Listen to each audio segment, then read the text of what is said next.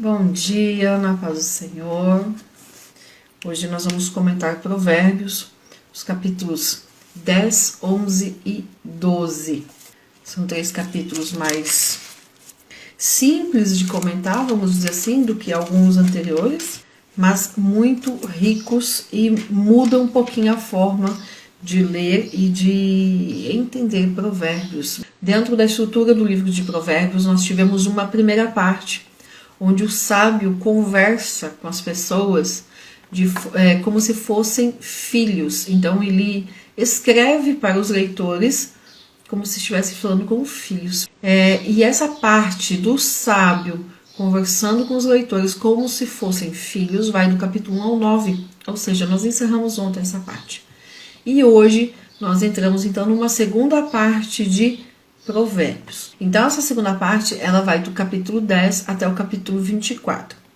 E são partes que muitas vezes, para quem não está acostumado com o livro de Provérbios, pode até achar meio confuso. Por quê? Porque são capítulos que abordam vários aspectos da vida, vários assuntos, praticamente todos os aspectos da vida do ser humano, para todas as idades. Então, do 10 ao 24, tem conselhos para os mais velhos, terceira idade, tem conselhos para quem está na meia-idade, como é o meu caso, para os mais jovens, para os adolescentes, para as crianças.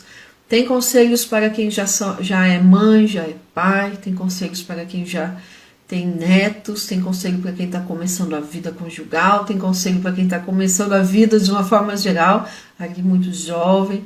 Tem conselhos na área de finanças, sobre organização da casa, sobre cuidado com a casa, profissionalmente, relacionamentos, vida em comum, enfim. Do 10 ao 24 são conselhos para todas as faixas etárias e para todas as áreas da nossa vida.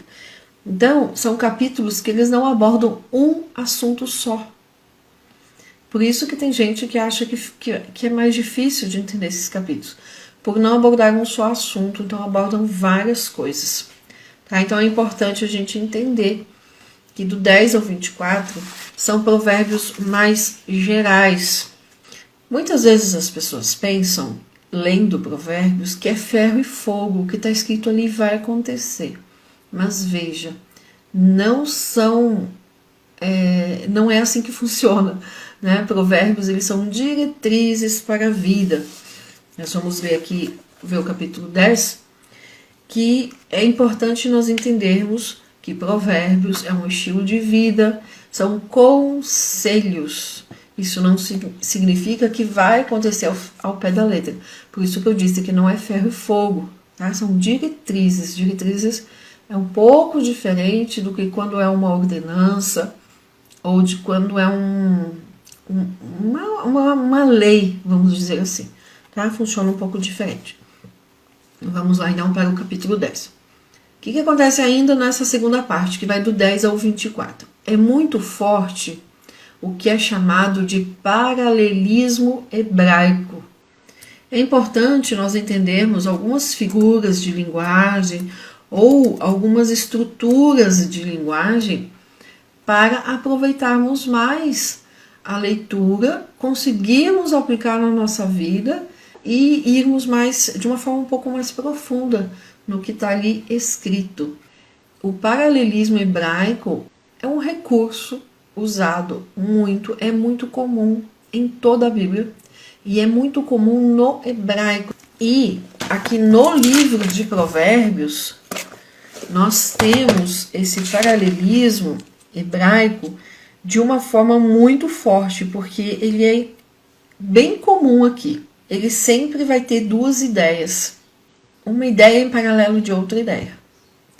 Tem o paralelismo, que significa que acaba sendo a mesma coisa. Então são sempre duas ideias. Paralelismo é paralelo, né? A palavra vem de paralelo. Então duas ideias que andam juntas. E aí elas podem ser duas ideias iguais, dois exemplos diferentes que apresentam a mesma ideia, ou dois exemplos diferentes que apresentam coisas diferentes em relação ao mesmo assunto.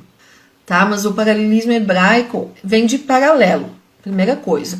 Ou seja, duas coisas juntas. Essas duas coisas juntas podem ser em contraste uma da outra, por exemplo, bem e mal, ou pode ser duas coisas que elas têm aparência de diferentes, mas significam a mesma coisa.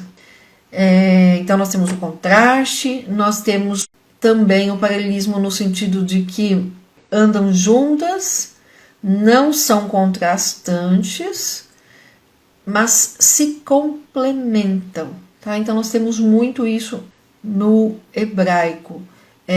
E também temos aquela questão da ideia que não é contraste, não se completa, mas se complementa. Uma explica a outra, tá? Então, isso é muito comum. Por que eu estou falando isso? Porque nós estamos entrando nessa segunda parte de Provérbios, que vai do 10 ao 24, e do 10 ao 24, o paralelismo hebraico, ele é encontrado em quase todos os versículos. Então, nós precisamos sempre olhar, será que isso aqui é um contraste? Como é o bem e o mal no caso, ou está se complementando? E aí, muitas vezes, a gente olha o versículo e fala assim, poxa, mas significa a mesma coisa. Por que está repetindo? Porque essa é a intenção mesmo, de repetir com outras palavras, ou seja, duas frases ou duas partes, que significam a mesma coisa, mas é para reforçar, tá? Então, o paralelismo hebraico, ele tem esse objetivo, ou de mostrar um contraste, de complementar, de comparar, ou de explicar melhor. Então, uma coisa explica a outra. Então, vamos lá para Hebreus 10. E vamos ler alguns versículos, quem sabe fica mais fácil de entender essa questão do paralelismo. Então, sempre quando você encontrar, você não precisa, isso aqui é paralelismo, vai ser automático. Você vai ler e vai ver assim, isso aqui está contradizendo, ou seja, está se opondo. São duas ideias paralelas, uma diferente da outra. Isso daqui está completando, isso aqui está explicando. Então, no 10, isso é bem forte, e embora a gente encontre paralelismo hebraico dos capítulos 1 ao 9, ele não é tão forte como aqui, do 10 até o 24.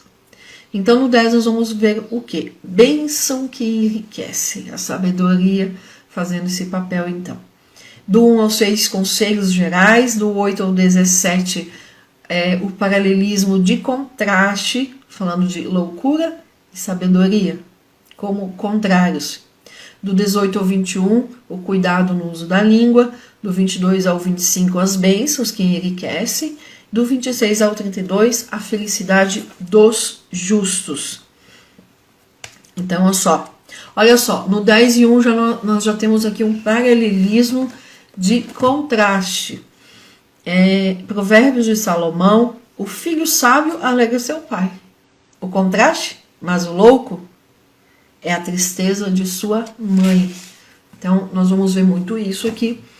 Os tesouros da impiedade de nada aproveitam, mas a justiça livra da morte. Olha o contraste. O 3. O Senhor não deixa ter fome a alma do justo, mas o desejo dos ímpios rechaça. Contraste. Daqui em diante é muito forte. Nos capítulos anteriores, repetindo, tem esse contraste, mas de agora em diante isso é muito mais forte. Vamos ver aqui o versículo 8.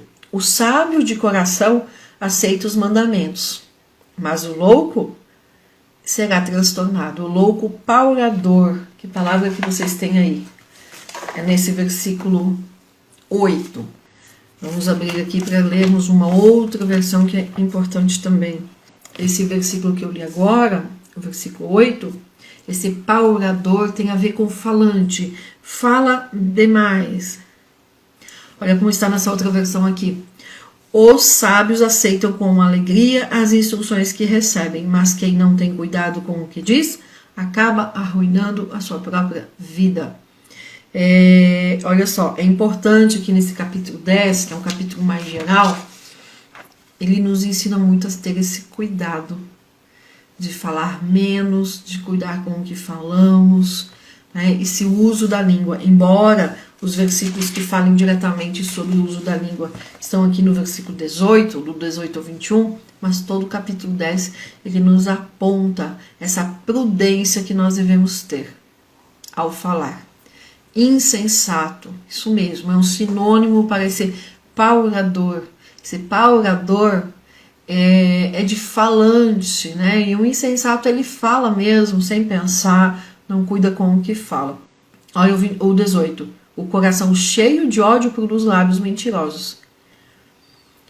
Aí o versículo 18 não é um paralelismo de contraste, mas é um de complemento. O coração cheio de ódio produz lábios mentirosos.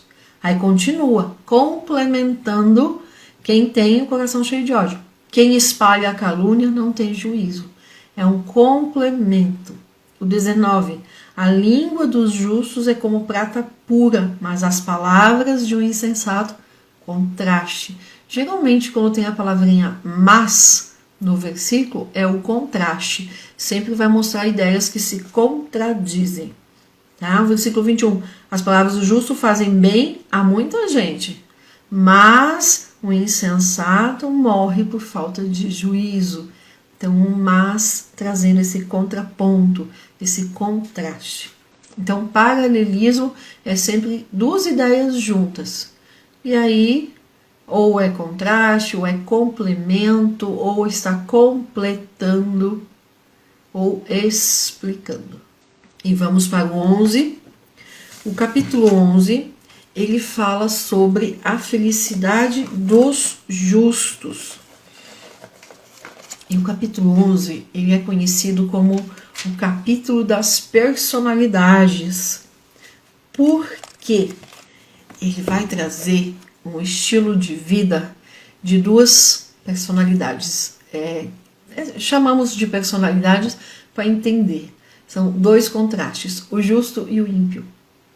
Então, o capítulo 11, ele vai colocar muito bem como é que é a prática, como é que é a vida nos detalhes, no dia a dia, a vida comum de duas pessoas, o justo e o ímpio. O que serve a Deus e o que não serve. O versículo 1. Balança enganosa é abominação para o Senhor, mas, no contraste, o peso justo é o seu prazer.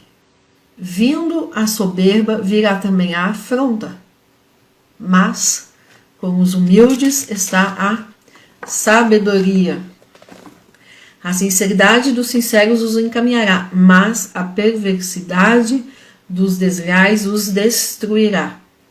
E aí a gente encontra a palavrinha mas no 4, no 5, no 6. Continuamos no 7 e 8. Não tem o mas, porque ele apresenta a questão do lado contrário, né? O justo antes, morrendo o homem ímpio, perece a sua expectação. E a esperança da iniquidade perde-se. Então, o 7 inteiro, aí ele não é de contraponto, mas ele é de complemento. O 8, o justo é libertado da angústia, e o ímpio fica em seu lugar. O hipócrita com a boca danifica o seu próximo, mas os justos são libertados pelo conhecimento. Então, o capítulo 11, ele vai trazendo esse contraste de o ímpio com o justo, o que serve a Deus e o que não serve. E como é que devemos ler Provérbios? Todo o livro de Provérbios, e aí principalmente agora o 11. Não é se colocando, né, a forma certa de nós fazermos uma autoavaliação e vermos como é que está o nosso estilo de vida, se ele está mais parecido com o justo ou não. Não é já chegando, se autodenominando como justo, porque aí fica bem mais fácil da gente, né, continuar se achando justo. Mas é olhar para o outro lado, para o contraponto e ver, será que eu estou praticando coisas que o ímpio pratica? Será que o meu estilo de vida tem coisas aqui desse ímpio? Então são mais arestas, né, podas que precisamos fazer na nossa vida, que precisamos pedir para o Espírito Santo fazer, para ficarmos cada vez mais com o estilo de vida de filhos de Deus, que é o que nós somos. Então, versículo 15, né, a gente acha que a Bíblia não trata de finanças, já vimos um pouquinho que trata sim, Vamos ler o 15. O 15 fala de fiador de novo, mas aqui ele fala de segurança. Olha o 15. De certo sofrerá severamente aquele que fica por fiador do estranho, mas o que aborrece a fiança estará seguro, ou seja, para não atender, nem ser fiador, nem pegar fiador. Mas olha como fala aqui nessa versão, como é mais claro. Quem se oferece para garantir o crédito de outra pessoa estará pagando caro por isso. Se você se negar a fazê-lo, estará seguro. Então, muitas vezes a gente pensa que fiança, que ser fiador, é aquele contrato de fiador mesmo, que tem numa imobiliária, por exemplo. Mas o ser fiador não é só esse contrato de fiança de uma imobiliária, mas é emprestar o meu nome para que o outro tenha crédito. Aqui está falando que não é para fazer. Em Provérbios tudo nós encontramos orientações para não fazer isso. Então olha que coisa importante aí, se as pessoas ouvissem mais isso, não teria tanta gente com problema de finanças com nome sujo, por exemplo. Quanta gente, né, que sabemos que estão com dificuldades, encontram problemas, famílias que param de se falar porque um emprestou o nome para o outro e não conseguiu honrar e aí ficou com problema. Vamos voltar um pouquinho e ler o 14. Uma nação onde faltam homens sábios cai, mas se há conselheiros prudentes, o povo vive em segurança. Então, conselhos prudentes para quem está no governo. Versículo 16. A mulher aprazível guarda a honra, como os violentos guardam as riquezas. Vamos ver de uma forma um pouco mais clara? A mulher bondosa e sincera ganha honra para si, da mesma forma que os homens ricos usam sua riqueza para conseguir mais riquezas. Então, a mulher bondosa e sincera. Versículo 19. Duas coisas são absolutamente certas. Quem pratica a justiça anda pelo caminho da vida, e quem pratica a maldade caminha direto para a morte. O contraste aí do justo e do ímpio. O 20. O Senhor detesta o perverso de coração, mas se alegra com pessoas sinceras e obedientes. 22. Uma mulher bonita que não se porta decentemente é como uma joia de ouro enfeitando o focinho de um porco. Então, do que adianta ser bonita, do que adianta ter beleza física se não tem um comportamento que glorifique a Deus? É sério, né? Provérbios fala muito do nosso comportamento, do nosso estilo de vida. Estamos aqui no 11, então. Nos versículos de 1 a 4, Deus odeia o engano. Do 5 ao 8, a felicidade dos justos. Do 9 ao 13, as verdades. Do 14 ao 19, as recompensas da justiça. E quais são as recompensas da justiça? Vida e vida com abundância. Do 20 ao 23, a impiedade será julgada, ou seja, nós não devemos nos preocupar com a vida do ímpio, porque vai chegar o momento onde ele será julgado. Isso a Bíblia nos garante isso. Do 24 ao 26, a pessoa generosa prosperará.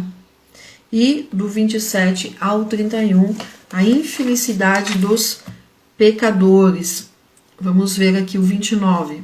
Quem se revolta contra seus pais e perturba sua família ficará sem qualquer herança. O tolo acabará sendo servo do sábio. O 30. O homem justo é como a árvore da vida, e aquele que é sábio conquista almas. Se os justos são castigados durante esta vida por causa de seus pecados, o que acontecerá então ao perverso e ao pecador? Ou seja, se o justo sofre aqui, imagina quanto não será o sofrimento do pecador depois, na eternidade. É isso que está falando, então, esse finalzinho aqui do capítulo 11.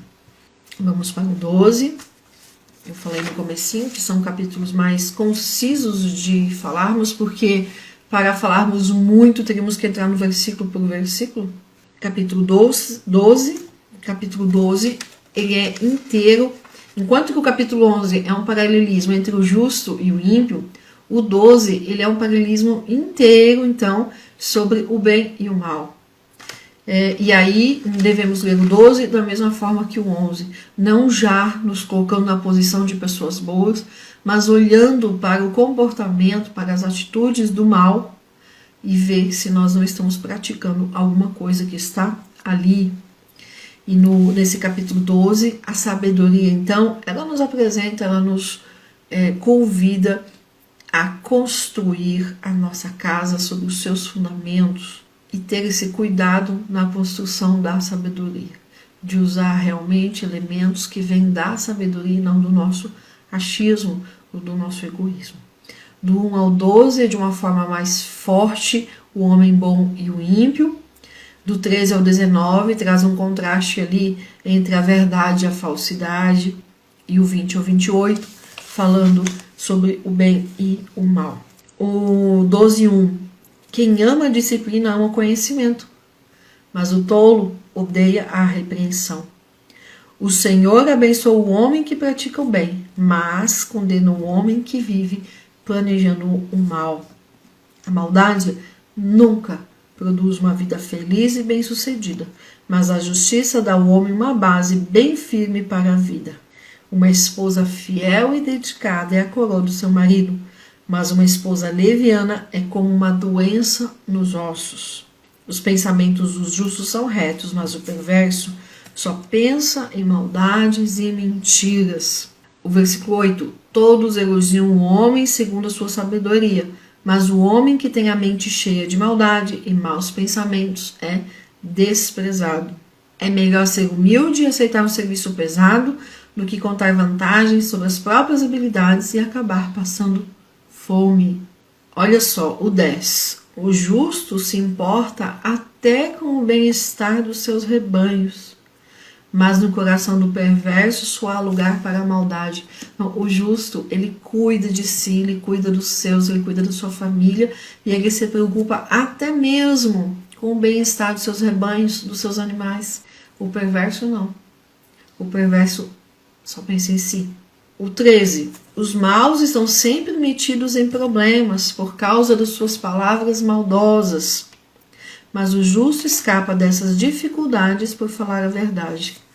E aí aqui vem um ponto importante. Muitas vezes nós encontramos as pessoas nos procuram até com uma série de problemas. E quando a gente começa ali junto com a pessoa num aconselhamento, a gente vai vendo que a pessoa, ela se enfiou, ela causou muitos dos problemas por não cuidar com o que fala. Então muitas vezes a gente até é uma pessoa boa, mas a nossa fala não está representando isso. A nossa fala está sendo exagerada, está sendo inadequada. Olha só, os maus estão sempre metidos em problemas por causa das suas palavras maldosas. Então é falar menos para errar menos, é cuidar com o que fala, aprender com o que fala. Olha o 15. O 15, ele deveria estar estampado nas redes sociais. Quantos problemas a gente vê por conta do 15? O tolo sempre acha que sua opinião é a única certa. Quantas vezes, não sei vocês, mas aqui eu, quantas vezes eu já fui essa aqui, tola, porque falei me colocando como a certa. E quantas vezes depois eu vi que eu estava errada. Só que quando a gente se coloca como certa, é palavras ao ventilador, palavras ao vento. Não dá para voltar e recolher a opinião e guardar, porque já expressamos e já foi. Então, o cuidado que nós temos que ter ao falar. O 15 e o 16. O tolo sempre acha que a sua opinião é a única certa, mas o sábio ouve os conselhos com atenção. O tolo logo explode de raiva por qualquer motivo, mas o homem sábio nunca perde a cabeça e ignora o insulto. O homem sábio, a pessoa controlada, ela escuta as calúnias, os insultos, as coisas, e ela não se defende. Vimos com o salmista Davi, não se defende porque tem sua confiança no Senhor e sabe que o Senhor vai vingar. O Senhor vai cuidar das calúnias, das fofocas, das acusações, dos ataques. Não preciso me defender porque o Senhor é quem me defende. Davi fala isso. E aí aqui o sábio, que por um acaso, né, ou não é por acaso, que o sábio que escreve isso é filho de Davi. E aí ele fala, o homem sábio nunca perde a cabeça e ignora o insulto. Quanto que nós não temos deixado assim, se inflamar e crescer aquela raiva, aquela coisa dentro de nós e acabamos falando demais. O tolo logo explode de raiva por qualquer motivo. Esse capítulo nos ensina a ponderar sobre o que vamos falar, a cuidar com quando falar, a controlar, a pensar antes de falar. Muitas vezes, né, a pessoa, e depende muito da personalidade, fala ali inflamada e acaba falando na hora errada, porque não pensou direito, falou com base nas suas emoções. Então não é exatamente o silêncio, mas é ponderar sobre o falar. Olha o 18. Há palavras que ferem como uma espada afiada, ou seja, machuca mesmo. O coração de quem vive planejando maldades está cheio de engano e falsidade, mas quem usa suas palavras para promover a paz tem um coração cheio de alegria. 22. O Senhor odeia os lábios mentirosos, mas tem grande prazer nas pessoas que falam a verdade. O homem sensato não fica exibindo o seu conhecimento, mas o tolo demonstra a todos a sua ignorância, porque o tolo fala demais. O versículo 25 nos fala muito também. Um coração ansioso deixa o homem frustrado e derrotado, mas uma palavra amiga renova as forças. O justo ajuda o próximo a vencer na vida, mas o perverso só prejudica e destrói. O preguiçoso nem se dá o trabalho de cozinhar o animal que caçou, mas o homem trabalhador dá valor aos seus bens. Quem segue pelo caminho da justiça encontrará a vida, o caminho que nos preserva da morte. Então, é ler o capítulo 12 e olhar, e pensar, e avaliar o meu estilo de vida. Vai assim, eu estou praticando isso, eu estou praticando aquilo. Eu amo a disciplina, eu gosto da disciplina, eu gosto da ordem, eu aceito a correção, eu aceito a repreensão, eu pratico bem, eu como esposa ou como marido, aqui o versículo é mais claramente para a esposa, no versículo 4, tenho sido fiel, eu tenho sido dedicada, eu tenho sido leviana. O que é esse leviana? Que não se controla, que age e que fala de acordo com suas emoções. Como são os meus pensamentos? O versículo 5, como são os meus pensamentos? E sabemos que nós temos um filtro, ou melhor, 3 filtros para os nossos pensamentos, que estão lá em Filipenses 4 e 8. É aquilo que a gente deve pensar. Sou humilde, aceito, faço, não é nem só aceito, mas eu faço o que precisa ser feito, o versículo 9. Eu me importo com o bem-estar da minha família, com o meu cachorrinho, com os meus bichos, com os meus animais. Não tenho rebanho, mas tenho um cachorrinho, tenho um passarinho, tenho alguma coisa ali. Eu cuido, eu me preocupo com isso. É reflexo da pessoa que é justa, que serve a Deus. Eu trabalho com dedicação. Olha o versículo 11. Quem trabalha com dedicação e se cansa plantando e colhendo, terá fartura de alimento para a sua família. Mas quem fica apenas sonhando com um serviço melhor, não tem juízo. Então não basta sonhar, precisa executar, precisa fazer. O perverso inveja que os outros conseguem suas maldades, mas a raiz do justo floresce. Para mim, assim, o que mais chama a atenção nesse capítulo 12 é do 13 em diante. Os maus estão sempre metidos em problemas por causa das suas palavras maldosas. Vamos ver como é que está aqui, numa versão mais tradicional. O laço do ímpio está na transgressão dos lábios, mas o justo sairá da angústia. Estamos, como é que estão as nossas palavras? Nós temos os nossos problemas, as nossas lutas. E aí, pela Bíblia, a gente aprende a fazer uma distinção entre luta e prova. Vocês sabem essa diferença? Você sabe dizer quando você está numa luta ou quando você está numa prova? Quando eu falo de prova, é Deus provando. Quando nós estamos no deserto, é Deus nos provando para nos aprovar. Prova, geralmente, Deus nos provando ou ou a igreja, a comunidade de fé de onde eu pertenço, onde eu congrego, provando, né, colocando ali uma prova para ser aprovado. Então, a prova é igual na escola. Nós fazemos uma prova para sermos aprovados, tá? Então, deserto, né? Há muitas coisas que são provações. Vem de Deus, permissão de Deus, ou Deus, de forma ativa, colocou aquela prova na nossa vida para nós aprendermos um ensinamento, para aprendermos e sermos aprovados para algo, tá? Para um ministério, para um chamado, para alguma coisa. As lutas, elas aí têm alguns aspectos. Primeiro, né, Jesus fala lá em João 16:33, no mundo 3 aflições. Então, essas aflições que Jesus fala ali são lutas.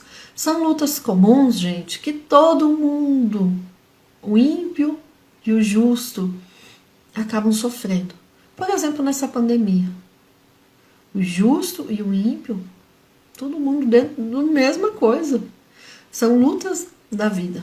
Então, as lutas, elas têm dois aspectos. Assim como a prova tem dois aspectos, pode ser a prova que Deus permite, porque ali a comunidade de fé é alguém que está nos provando para nos colocar uma responsabilidade na mão, ou Deus mesmo nos provando para também, né, da parte de Deus, para um chamado ali, algo especial. Então, a prova, ela tem essa questão mais espiritual. A luta também com dois aspectos. Luta como parte das aflições da vida, e aí, quando são aflições da vida, sofremos, o justo sofre as mesmas lutas que os ímpios, né? Assim como o sol nasce para todos, justo e ímpio, as lutas dessa vida, as aflições dessa vida também vêm para os justos e para os ímpios. Um desemprego, uma falta de água, dependendo de onde mora, um terremoto, alguma coisa, vem para todos. Mas as lutas também, elas são consequências, né? Pode ser algo que nós mesmos procuramos. Exatamente. Então a luta, ela tem dois aspectos. Um, as aflições da vida, como todo mundo, e o outro, resultado das nossas escolhas. Muitas vezes não escolher, não decidir, por si só já é uma escolha e nos traz consequências. As lutas, elas refletem muito a lei da semeadura. Eu planto, eu vou colher. Então, assim, a pessoa que está enfrentando uma luta financeira, muitas contas, pode ser que seja uma aflição da vida, uma luta, como todo mundo tem. Está passando por um desemprego, está passando por alguma coisa. Mas pode ser algo como consequência do que ela mesma plantou. Foi no shopping e gastou demais. Vai passar uma luta quando a fatura do cartão de crédito chegar. Gastou demais. Então, ela mesma procurou, ela plantou e vai colher. Como é que eu sei quando a luta é a aflição da vida ou quando eu sei que é resultado das minhas ações? É bem mais fácil essa de responder. É só olhar para si e ver. Que eu fiz alguma coisa que está resultando nisso? Contas, eu fiz, eu gastei demais, eu não pensei. Então, essa luta é consequência das minhas decisões. Não, eu gastei demais, mas é porque a minha filha ficou doente e eu precisei comprar remédio no cartão de crédito. Agora veio a fatura e eu não estou dando conta. Então tá bom, são lutas da vida.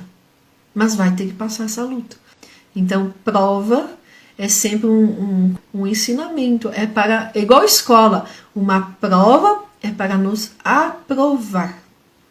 É a luta, embora nos prove também. Mas a luta, ela tem que ter essa análise. Faz parte da aflição da vida, todo mundo está passando? Ou é resultado das minhas escolhas? Precisa fazer uma autoanálise mesmo. Muitas vezes eu acho que eu estou sendo provada por Deus num assunto, mas não é prova de Deus, não. É consequência das minhas escolhas. Eu fiz algo ali que está redundando nisso, que está resultando nisso. Então, essa autoanálise aí, né, no que a gente está sofrendo, no que a gente está passando, e verificar. E se eu vejo, né, que não é uma aflição, que é algo realmente que sou eu que estou passando, não estou conseguindo entender, é ir lá para Romanos 8:28. Muita gente pega Romanos 8:28 e pega como uma promessa. Isso aqui é isso aqui. Pronto. Romanos 8:28 fala o quê? todas as coisas cooperam para o bem.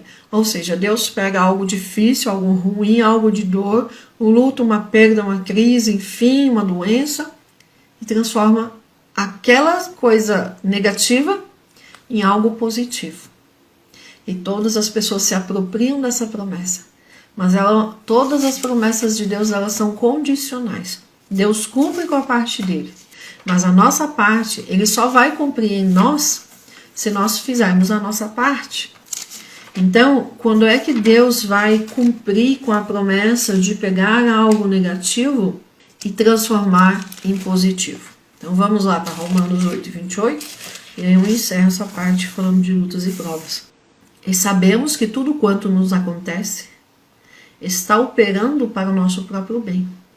Então, Deus pega o negativo e o resultado disso vira algo bom em nós. Então, Deus lapida, Deus corta, Deus poda, enfim. Mas essa promessa não é para todo mundo. É somente para uma parte das pessoas. Qual parte? A parte que, se amarmos a Deus e estivermos ajustados aos seus planos. Numa versão mais tradicional vai falar assim, que Deus vai transformar o negativo em positivo, Deus vai pegar a luta, a dificuldade, a prova, a ruptura, o luto e vai transformar em positivo, em bem para aqueles que amam a Deus e cumprem com o seu chamado.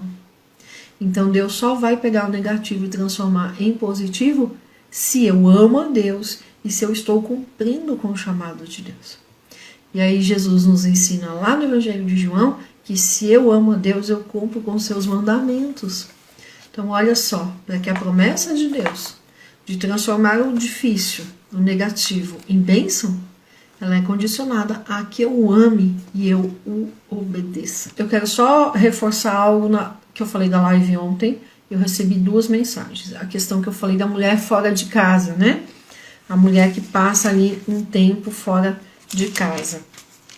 E aí, veja que não é a mulher que trabalha fora ou que tem ali muitas responsabilidades que acaba ficando fora de casa. É no capítulo 7, versículo 11, né? Esta era alvoroçadora e contenciosa e não parava em casa os seus pés. Eu falei sobre a mulher se manter, ter esse cuidado. Quando eu falo de manter os pés em casa ou de ficar mais tempo em casa, versículo 11 aqui, ela era vulgar e atrevida, uma mulher que nunca para em casa. É de intenção do coração. É de querer ficar em casa com intenção. Ou, no caso desta mulher aqui, de querer ficar fora de casa com intenção. Ela não queria ficar em casa porque ela não queria cumprir com os seus deveres, ela não queria dar atenção à sua casa, ela não queria dar atenção para as suas responsabilidades. Ela queria coisas fáceis, fugir da responsabilidade. Eu até falei ontem que eu já tive um momento da vida que eu não queria ficar em casa, porque não me agradava o cuidar da casa, o do lar, o dono de casa. Então a gente acaba encontrando muitas coisas para fazer fora de casa. E se quiser, gente, encontra mesmo. Abre uma super agenda, um monte de compromisso e a gente se mantém fora de casa, a gente sabe que é assim. Então, quando eu falei ontem sobre ficar mais em casa, ter esse cuidado, planejar o tempo fora de casa, aproveitar o tempo, né? É nesse sentido, tá? De intenção do coração. Nós precisamos ter no nosso coração a intenção de cumprir com os nossos papéis, com as nossas responsabilidades. E aí, dessa forma, estar onde precisa estar. E não onde a gente simplesmente quer, mas é onde precisa atender essa questão. Só voltando um pouquinho, eu recebi 2 mensagens sobre esse termo, então explicando um pouquinho mais, que tem a ver com intenção do coração. Amém? Deus abençoe.